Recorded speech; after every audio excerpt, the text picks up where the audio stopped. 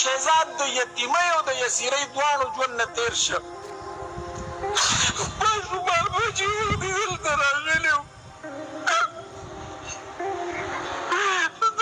زمین په دنیا کې د ټولو ډېر موجود زه ځان محسوس وم چې دی ما ولې بوته.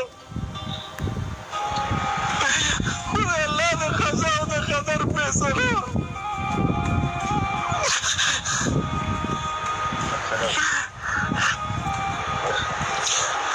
دغه چې سړی هلته لاړ شي او راځي او ګل په جان ځوان دی راغستی،